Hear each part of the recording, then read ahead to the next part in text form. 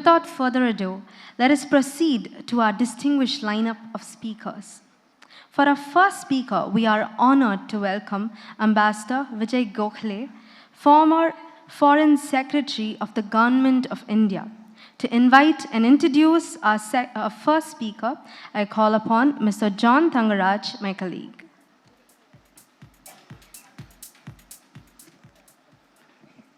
Good evening to all. Ambassador Vijay Gokhale joined the Indian Foreign Service in 1981 until his retirement from public service in January 2020. During his nearly 4-long diplomatic career, Mr. Gokhale served in Indian diplomatic missions in Hong Kong, Hanoi, Beijing, and New York. He served successfully as the Indian ambassador to Malaysia, Germany, and China from January 2011 until October 2017.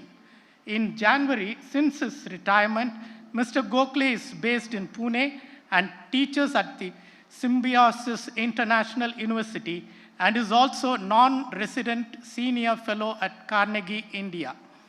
He is widely recognized as one of India's foremost experts on China and has written extensively on the subject.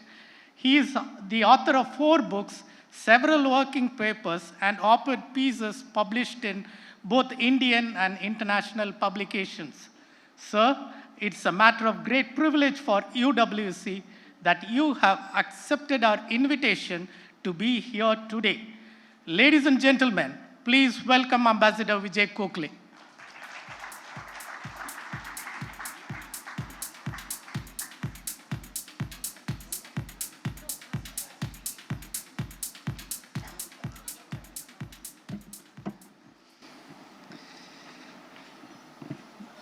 Good evening, ladies and gentlemen.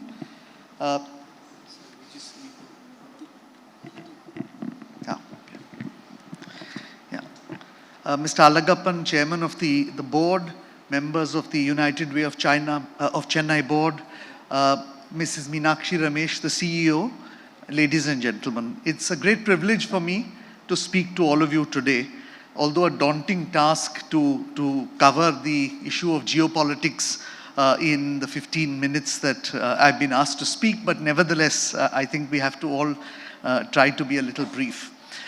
Ladies and gentlemen, I think it's axiomatic to say that we live in a time of transition always, because the world is always changing. But what I think is significant is that we live in a world today which has 2 transitions going on simultaneously, and we need to understand what these 2 transitions are. The first is a millennial transition. It is happening after 500 years. The Indo-Pacific is returning to the position it had before circa 1700 of the Common Era, which is that the world's center of economic gravity is moving back to the Indo-Pacific from the North Atlantic. And this is a huge opportunity for India, simply because we are located at the center of that geo-economic activity. But at the same time, a second transition is occurring which presents a very significant challenge for us. And that is a once-in-a-century change. The global political and economic order that was built by the United States after the Second World War is slowly but surely fragmenting. The United Nations credibility is perhaps the lowest that it has been in 7 decades. All the 5 permanent members of the Security Council who were tasked to keep the peace have gone to war in the last 20 years. The economic order, based on the Bretton Woods institutions and the World Trade Organization, is also fragmenting, simply because they cannot accommodate the aspirations of the emerging economies of the world. And so we are seeing China lead initiative after initiative to create alternative institutions, the Asian Infrastructure Investment Bank, the New Development Bank, and so on, which in a sense is also fragmenting the global economic order.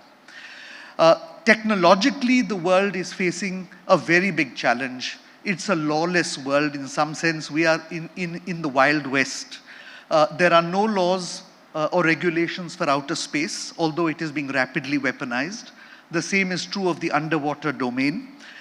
There are no regulations or global standards for artificial intelligence, for quantum computing, for blockchain, for any of these technologies. And countries are racing to beat each other without having any idea where we are going and how we are going to regulate this if we are not all going to self-destruct. And finally, I call this an age of transition because we all presumed that the 21st century would be the era of democracy. After all, it had in the 20th century defeated the monarchies. In the First World War, it defeated right-wing fascism in the Second World War, and it ended any notion we had of left-wing socialism at the end of the Cold War. And yet you have today a country to our north which tells the rest of the world that you don't really need democracy to give your people a better life. So in a sense, we are faced with a very serious challenge even when we look at the era of opportunity in which we are located. And one seminal event this year will determine how fast or how slow that change takes place. And that is the election of the President of the United States. Now, every election of the President of the United States since 1945 has been important simply because it is the world's leading economic and technological power. But this time around, this is not an election between the Republicans and the Democrats. It is an election on two fundamentally different visions of where the United States will go.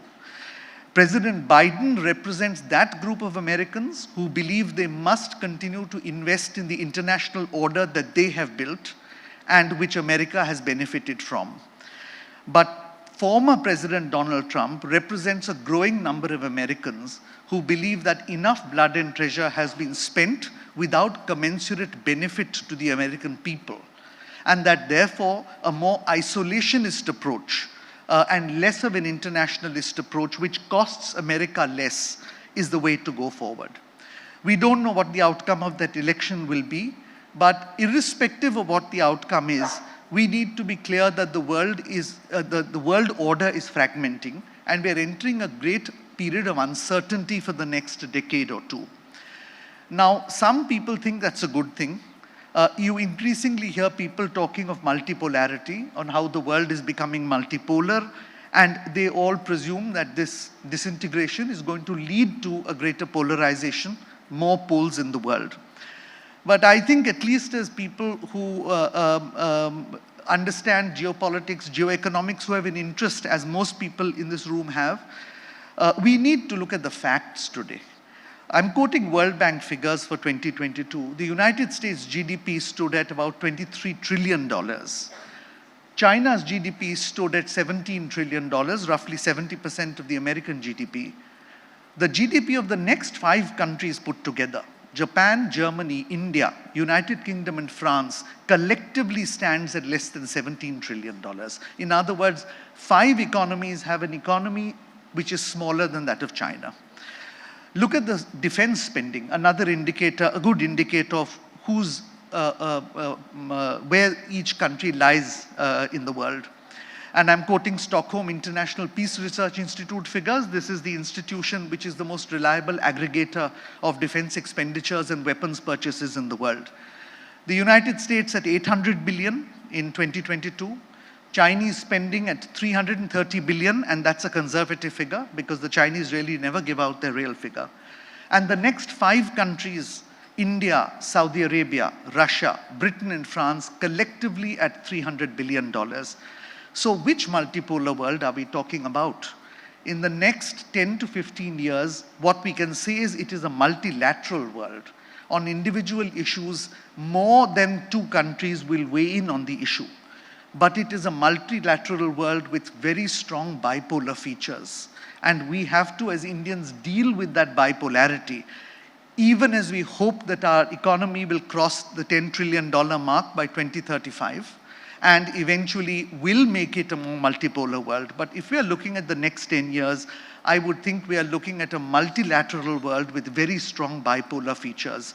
And that is not a world which gives us much wiggle room, because increasingly as the 2 major poles harden their supply chains, close their technology within a circle of friends and allies, the advantage that we might have derived from swinging between various countries which had that technology, that gap closes. And we are forced to make choices we really don't want to make, or we shouldn't have had to make had it been a truly multipolar world. Now, in this situation, I think we need to be very conscious that even as a $4 trillion economy, we are a sub-regional power. We can exercise power sustainably only between the Gulf of Aden and the Malacca Strait. We may have some expeditionary ability in the South China Sea or the Southern Indian Ocean, but not much beyond that.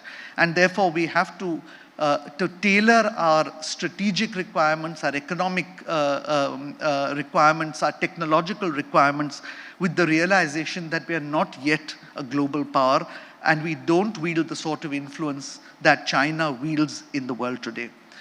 So what are the 4 or 5 challenges which I think we will be confronted with in the next 10 years?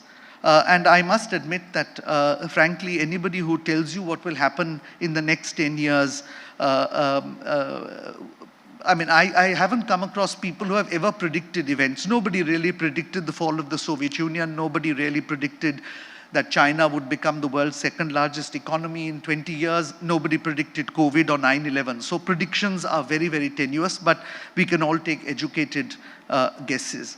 But I'd certainly want to outline 5 challenges. The first is, what do we do with China? We have dealt with superpowers in our 75 years, but never with a superpower on our doorstep with a 0 degree of separation and a very complicated history, which is becoming more complicated by the day. This is a country we are never going to catch up with in the next 15 years. Even if you grow at a pace of 10% per annum and they progressively decline in their GDP growth, it will still take 25 years for us to catch up. So the next 10 years, you are looking at a sizable economic and military differential between what is called the comprehensive national power of both countries, and you still have to deal with China. You also have to deal with China on 2 fronts now, because along the northern border where they are deployed, you are also going to face very soon, within this decade, before 2030, a permanent Chinese naval presence in the Indian Ocean. They already have built bases in Cambodia and Djibouti, and once the 3rd aircraft carrier group becomes functional, they can maintain a permanent carrier presence in the Indian Ocean. So this is an issue we are going to deal with. The second is an economic problem. 3 days ago, Dr. Ajit Ranade, who is now Vice Chancellor of the Gokhale Institute for Economics and Politics in Pune, formerly the Chief Economist of the Aditya Birla Group, asked the audience in a speech that he gave what they thought India's manufacturing share in GDP was, and of course everyone correctly guessed it at 14 to 15%. And then he asked what India's share was in 1991 before Prime Minister Narasimha Rao's reforms. Nobody knew the answer. And he said the manufacturing represented 16% of India's GDP in the year 1991. In other words, in the past 30 years, we haven't really grown the share of manufacturing in our GDP. If you really want to be a developed country, you have to grow it to 22 or 23%. We're not talking of the 35% which many of the East Asian economies have displayed. And I think that's a challenge. The third challenge is technological. And here too, we have to ask ourselves, because we pride ourselves as a nation which has the 3rd largest number of startups, why we have not been able to build or scale up to a Google or a Meta or a Facebook or an Amazon. It isn't because of talent. I doubt it's because of money. The question we have to ask ourselves is it because of policy? Is it because of the regulatory framework that we have or we have not been able to put in place, which encourages entrepreneurs to scale up what they have started up rather than selling it to others? And I think it is essential that we build this, because quite honestly, the debate over the 5G issue, whether we should buy Huawei technology from China or not, is a false debate. Frankly, whether we buy Chinese technology or Western technology, they both have the capability to snoop on us. Ultimately, we have to build our own technology if we want to be the global power that we wish to see ourselves as. And that can only happen if we are able to scale startups. Otherwise, I fear we will be back in the 19th century, a vast market for others. The only difference is that instead of buying textiles from Manchester or Leeds, we'll be buying technology from the United States or the People's Republic of China. The fourth challenge is bipolarity. What is the wiggle room you have? How do you create that wiggle room to ensure that you derive benefit from both China and the United States in a way that doesn't hamper your economy? I am constantly amazed at people who say we should cut ties with China economically. Perhaps they don't know that some of our best export performing industries are heavily dependent on China. Pharmaceuticals, for instance, auto components, electronics and telecom. And therefore, whether we like it or not, whether they are an adversary or not, we have to find a way of dealing with these two huge giants in the best way that we can to benefit our own economy. And the last challenge is an interesting one, and I think that's the challenge of democracy. I think that if China offers a different view in the world, the one country that can actually provide an example is not the United States, it's us. I think in every way we are comparable in terms of territory, in terms of economy, in terms of demography, in terms of geography.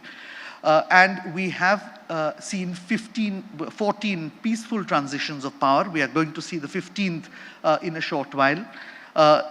There has never been an instance where that transition of power has been interrupted, and the one instance where it was briefly interrupted, it was restored again through a democratic method.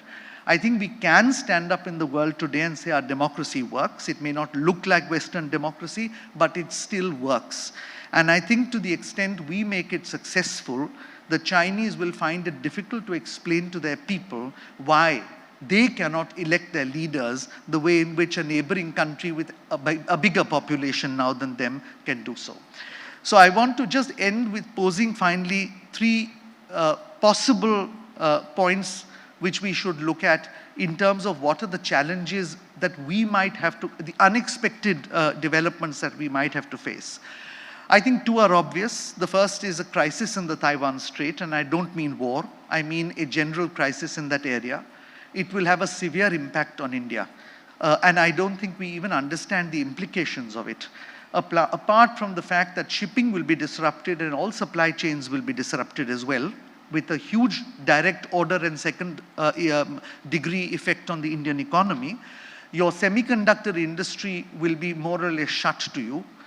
And most importantly, 15 major submarine cables are anchored off the coast of Taiwan, which means the IT-enabled services industry will virtually collapse. All data and traffic flowing from India to the Silicon Valley will get disrupted if there is an attempt to cut cables. And we have had 2 instances in the last year where cable traffic has been disrupted. The second, of course, is instability in the Middle East. And that poses enormous challenges because it's not just a matter of energy security. You have 15 million Indian citizens in that area, and it is physically impossible to evacuate them.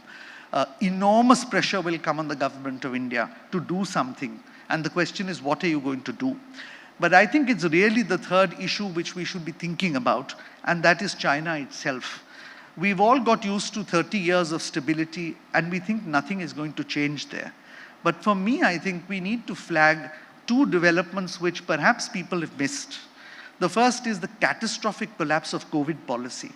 Here was a country which overnight had to simply give up a policy it had adopted for 3 years, and it resulted not only in the deaths of millions of Chinese, mostly unreported, but also a very serious economic impact that is felt until today. And you have to ask yourself, a country which spends more money on surveillance than almost any other country in the world, why was it not able to read the mood of the people? Why did it take the people to come on the street for China's COVID policy to catastrophically collapse? What does it say about the Chinese state and party? The second was what happened last year. The entire leadership of China's nuclear strategic forces were removed for corruption. Now, for a leader who has prided himself for 10 years on an anti-corruption campaign which is so sweeping and so complete in rooting out corruption, the fact that the leadership, the entire leadership of China's nuclear forces can engage in corruption tells me that the state is not as omnipotent or in as much control as we all think it is. We should remember that unlike us, China has had only 2 peaceful transitions of power, in 2002 and 2012. And the current leader has removed all the rules and regulations that were put into place to ensure that the transition is going to be peaceful again.